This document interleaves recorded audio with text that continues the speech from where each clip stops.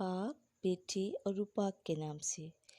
खुदावंद की ज़िंदा और जलाली कलाम में से आज हम पढ़ेंगे तकवीन बाब 22। इसहाक की कुर्बानी। इन बातों के बाद खुदा ने इब्राहिम को आजमाया और उससे कहा, ए इब्राहिम, और उसने जवाब में कहा कि मैं हाजिर हूँ। उसने उसे कहा, तू अपने इकलौते बेटे इसहाक को, जिसे तू प्यार करता है, ले और मोरिया की सरजमीन में जा और उसे वहाँ पहाड़ों में से एक पर, जो मैं तुझे दिखाऊंगा, सुखनी कुर्बानी के लिए चढ़ा। तब इब्राहिम ने सुबह सवेरे उठकर अपने गद्दे पर 4 जामा कसा और अपने साथ 2 नौकरों और अपने बेटे इसहाक को लिया और सुखनी कुर्बानी के लिए लकड़ियाँ चीरीं और उठकर उस जगह को जिसकी बाबत खुदा ने उसे फरमाया था रवाना हुआ। और तीसरे दिन इब्राहिम ने अपनी आंखें उठाकर उस जगह को दूर से देखा।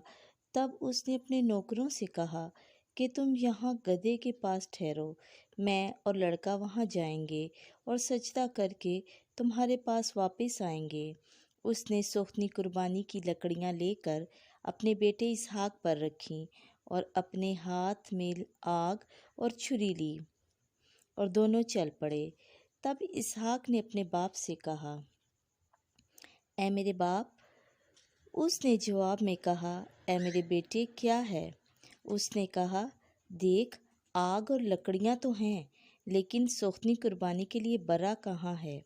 इब्राहिम ने उससे कहा, ऐ मेरे बेटे, खुदा अपने वास्ते सुखनी कुर्बानी के लिए आप ही बरा मुहैया करेगा। चुनाचे वो दोनों इकट्ठे आगे बढ़े और जब वो उस मुकाम पर जो उसने उसे दिखाया था पहुँचे, उसने वहाँ एक कुर्बानगाह बनाई और उस पर लकड़ियाँ चुनी और अपने बेटे इसहाक को बांधकर कुर्बानगाह पर लकड़ियों के ऊपर रखा। उसने अपना हाथ बढ़ाकर छुरी पकड़ी कि अपने बेटे को ज़िबा करे, और खुदा के फरिश्ते ने आसमान से पुकार कर उससे कहा, ए इब्राहिम, ए इब्राहिम। वो बोला, मैं हाजिर हूँ। उसने उसे कहा कि तू अपना हाथ लड़के पर ना चला और ना उसे कुछ कर। अब मैंने देखा कि तू खुदा से डरता है, क्योंकि तूने अपने अकलौते बेटे को मुझसे दरेग ना रखा। तब इब्राहिम ने अपनी आंखें उठाईं तो देखो, उसके पीछे एक मेंढा है जिसके सींग झाड़ी में अटके हुए हैं।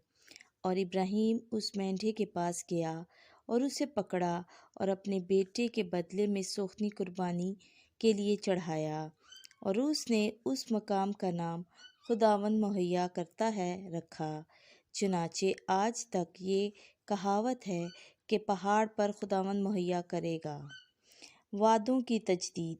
और खुदावंद के फरिश्ते ने दूसरी दफ़ा आसमान पर से इब्राहिम को पुकारा और कहा, खुदावंद यूँ फरमाता है, इसलिए कि तूने ये अमर किया और अपने अकलौते बेटे को दरेग ना रखा, मैं अपनी ज़ात की कसम खाता हूँ कि मैं तुझे बरकत दूंगा और तेरी नस्ल बढ़ाते बढ़ाते आसमान के सितारों और समंदर के साहिल की रेत की मानित बनाऊंगा।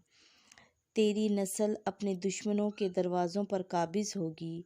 रोए ज़मीन की कुल अक़वाम तेरी नस्ल में बरकत पाएगी, क्योंकि तूने मेरा कहा माना।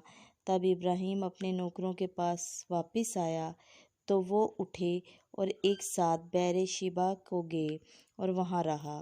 नाहूर की औलाद। बाद इन बातों के इब्राहिम को खबर पहुँची कि मिल्का के बातन से भी तेरे भाई नाहूर से लड़के पैदा हुए।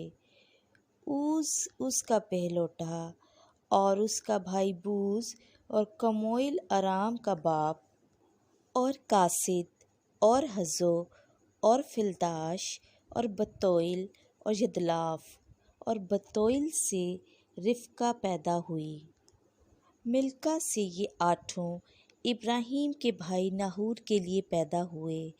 और उसकी मदखूला से, जिसका नाम रोमा था, तालिज, जाहिम और ताइश और माका पैदा हुए। खुदावंद के ज़िंदा और जलाली और बाबरकत कलाम का पढ़ा, सुना और समझा जाना ہم سب کے لیے باعث برکت ہو۔ آمین۔